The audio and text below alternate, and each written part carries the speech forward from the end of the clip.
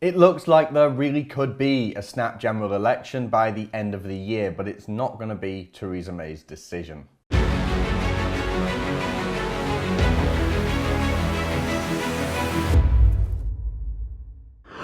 So I was right, sort of.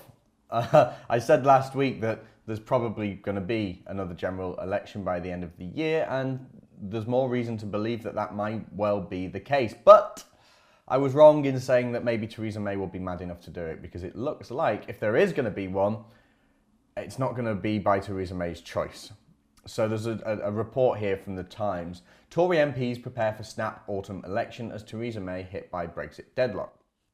We're not far off the Brexit deadline now, it's only next year. Conservative MPs are preparing for another snap general election as they fear the Brexit deadlock will become insurmountable for the Prime Minister. Seems like that's going to be the case to me. I mean, she's already pretty wobbly on this. Some have spoken to their local party associations asking to be re-adopted as prospective parliamentary candidates in readiness for an autumn election. The backbench MPs acted after meeting Theresa May last week for a private Brexit briefing as she tried to stop a row over Britain's future customs relationship with the European Union, tearing the party apart. But far from being reassured by meeting the Prime Minister, they left Downing Street convinced that another election could be around the corner. So the newspaper then went on to say that a Tory Brexiter from Parliament had told them that he couldn't see how the government could square the circle and come up with a trading relationship that both sides like.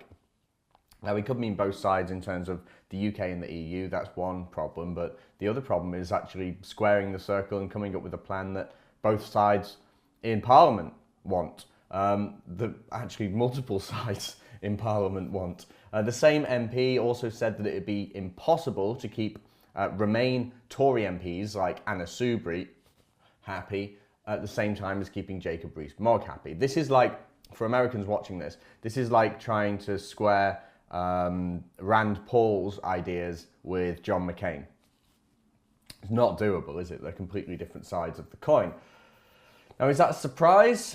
Well, the thing is, most Tory MPs actually backed Remain. This is what amazed me about the 2017 general election. People voted Tory, including me, I'm sorry to say. We voted Tory because, well, we wanted at least a chance of Brexit going through. A vote for anyone else meant that, you know, if you voted UKIP, then Labour gets in, and it's the first time I've ever tactically voted.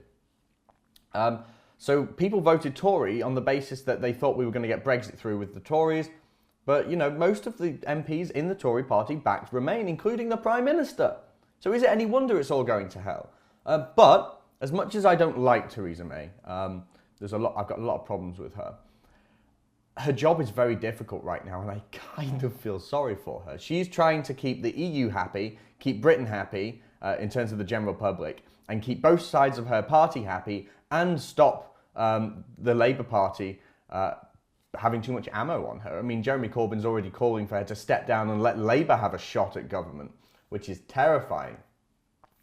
So not only is she being blocked by the House of Lords, which is repeatedly blocking legislation, it's a very real possibility that if Theresa May can't get legislation passed in the Commons by her own party, then there's going to be a vote of no confidence, and that's probably going to trigger another national election to decide who runs the country. They don't have to, but they probably will end up doing it because the Tory party's at war with itself. Now, the same MP who spoke to the Times said, after speaking with like-minded colleagues, I've raised this with my association chairman and asked them to get on with re-adopting me as the candidate in my seat in anticipation that we could go to the polls as early as the autumn. I'm even preparing my first leaflet drop for the summer. So Tory MPs are already planning to keep their seats. So here are some facts that are relevant to this very real possibility. So there's more than 10 hardline Brexiteers in the Parliamentary Conservative Party that want to leave with no deal. If I was a Tory MP, I'd be one of them. Jacob Rees-Mogg is the head of a Eurosceptic Tory MP group that's got 60 members. Labour proposes that we stay in the customs union, and there's some people in Labour who propose that we stay in the single market as well, including, I believe, the newest Labour MP to be, Janet Dabby, who's standing for Lewisham East. And Theresa May has just had to appoint 13 new peers to the House of Lords to try and address the balance in there, because legislation just keeps getting sent back to the Commons to the Commons with suggestions for amendments, which usually say we should just stay in the EU. And finally, May's still being held to ransom by the Democratic Unionist Party, which I think is the funniest thing about the 2017 election. So all these things are working against May, and I think it'll be just enough to trigger a vote of no confidence. So maybe there will be another election. And you know what? This will probably be the real Brexit election. We say that the 2017 election was the Brexit election. Maybe it wasn't. I mean, we had that election because, realistically, David Cameron had to step down, and he did, and he made way for Theresa May. But then Theresa May was faced with this difficulty of getting Brexit through because she didn't have a big enough majority in the Commons. So she held the election and she lowered her majority and nightmares ensued, and she had to try and pass EU withdrawal legislation with the DUP. And now this is just proving completely impossible. And now the British public have had a chance to see how well she's capable of working. The British public have had 2 years of waiting for Brexit.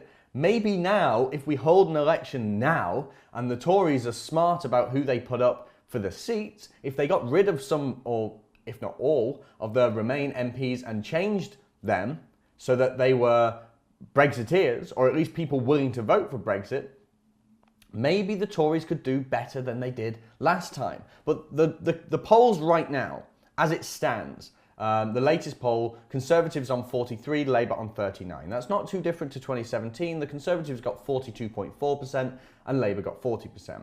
So Labour's at a bit of a disadvantage. Probably the anti-Semitism stuff didn't help. Conservatives are about a point ahead of where they were in 2017. If they do this, if there is another general election, the Tories should be smart.